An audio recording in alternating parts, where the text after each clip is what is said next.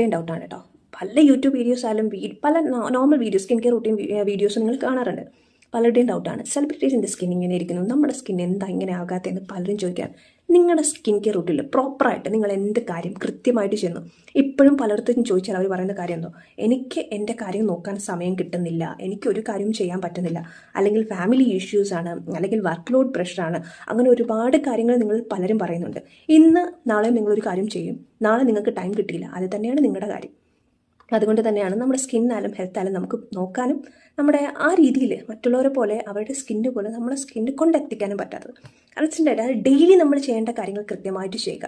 ഇപ്പോൾ ഫേസ് യോഗ എന്ന് പറയുന്നത് ഒത്തിരി ട്രെൻഡിങ് ആയിട്ടുള്ള കാര്യമാണ്. ഞാൻ പറയും, ഫേസ് യോഗ ചെയ്യണം, പറ്റുന്നവർ ചെയ്യുക, നല്ലതാണ്. പക്ഷേ 1-2 കാര്യങ്ങൾ മാത്രം നമ്മുടെ റുട്ടീനിൽ നമ്മൾ ഉൾപ്പെടുത്തിയാൽ മതി.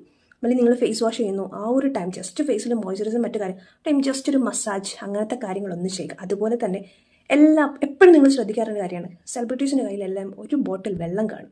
എന്തുകൊണ്ടാണ്? ഹൈഡ്രേഷൻ എന്ന് പറയുന്നത് അത്രയും നമ്മുടെ സ്കിന്നിനും ഹെൽത്തിനും ഇമ്പോർട്ടൻ്റ് ആണ് കേട്ടോ. അത് ഞാൻ മനസ്സിലാക്കിയ കാര്യമാണ്. അതുകൊണ്ട് തന്നെ നമ്മൾ എപ്പോഴും നോർമൽ വെള്ളം കുടിക്കാൻ ശ്രദ്ധിക്കുക. ഒരു മണിക്കൂർ 1.5 മണിക്കൂർ മാക്സിമം അതിനകത്ത് പറ്റുന്ന എത്രത്തോളം വെള്ളം കുടിക്കാൻ പറ്റും ഇങ്ങനെ കുടിച്ചോണ്ട്, ഒരുമിച്ച് കുടിക്കാൻ പറ്റുന്ന കുടിക്കുക. ഇത് തന്നെ സമന്തിയുടെ ഫോട്ടോ കാണുമ്പോൾ പറഞ്ഞു, ഇത്രയും ഒരു ഏജിലും അവരെ കാണാൻ എന്താ ഭംഗി, എന്താ നോർമലി അവർക്കറിയാം അവരുടെ എക്സസൈസ് ആയാലും ഫുഡ് റുട്ടീൻ ആയാലും daily skin care routine, yoga പോലത്തെ ഒരുപാട് കാര്യങ്ങൾ. അതുകൊണ്ട് തന്നെയാണ് അന്നും ഇന്നും അവർ ഒരുപോലെ ഇരിക്കുന്നത്. നമുക്ക് അത്രത്തോളം എത്താൻ പറ്റിയില്ല എങ്കിൽ നമ്മുടെ ഡെയിലി റുട്ടീനിൽ നമുക്ക് എന്തൊക്കെ ചെയ്യാൻ പറ്റുമോ ചെയ്യുക. വിഷമിച്ചിരിക്കുന്നതിനേക്കാളും കുറച്ചൊന്ന് ഹാപ്പി ആയിരിക്കുക. പല പ്രശ്നങ്ങളും നമ്മൾ അലട്ടും, പക്ഷേ ആ പ്രശ്നങ്ങളെല്ലാം മാറ്റി നിർത്തി നമ്മുടെ ഹെൽത്ത്, നമ്മുടെ റുട്ടീൻ നോക്കി നമ്മൾ മുന്നോട്ട് പോയാൽ എപ്പോഴും മാക്സിമം തോറും നമ്മൾ ഒരുപോലെ ഇരിക്കാൻ പറ്റും എന്നതാണ് എൻ്റെ. അതുപോലെ ഒരു 20 മിനിറ്റ്സ് എങ്കിലും നിങ്ങൾ ഡെയിലി എക്സസൈസ് ചെയ്യാൻ നോക്കുക, യോഗ ചെയ്യുക, അല്ലെങ്കിൽ ജിമ്മിൽ പോയി വർക്കൗട്ട് ചെയ്യുക. ഇങ്ങനത്തെ കാര്യങ്ങൾ ഫുഡ് റുട്ടീനും കറക്റ്റായിട്ട് ഫോളോ അപ്പ് ചെയ്യുക. ഫുഡ് നല്ല രീതിയിൽ കഴിക്കാതും ആ ഒരു ടൈമിംഗ് കറക്റ്റ് ആകാത്തതിൻ്റെ ഇഷ്യൂസ് ഞാൻ മനസ്സിലാക്കിയ ആളാണ്. അതുകൊണ്ട് തന്നെ ഞാനിപ്പോൾ ടൈമിങ്ങിന് അനുസരിച്ച് ഫുഡ് കഴിക്കുന്നുണ്ട്. അത് നിങ്ങൾ നോക്കുക.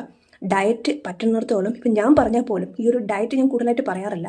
നിങ്ങൾ എപ്പോഴും ഡോക്ടറിനെ കൺസൾട്ട് ചെയ്ത് നിങ്ങളുടെ ഹെൽത്ത് ഇഷ്യൂസ് പറഞ്ഞ് മനസ്സിലാക്കി നിങ്ങൾ ഡയറ്റ് എടുക്കുക. യൂട്യൂബിൽ നോക്കി ഒരിക്കലും നിങ്ങളുടെ ഡയറ്റ് നോക്കരുത്. സ്കിൻ കെയർ പോലും ഞാൻ പറയാറില്ല. നിങ്ങളുടെ ഇഷ്യൂസ് നിങ്ങൾ ടെസ്റ്റ് ചെയ്ത് പാച്ച് ടെസ്റ്റ് ചെയ്ത് നോക്കിയതിന് ശേഷം മാത്രമേ നിങ്ങൾ ഏത് കാര്യവും ചെയ്യുക, അല്ലാതെ ഒരു പ്രോഡക്റ്റും ചെയ്യുക.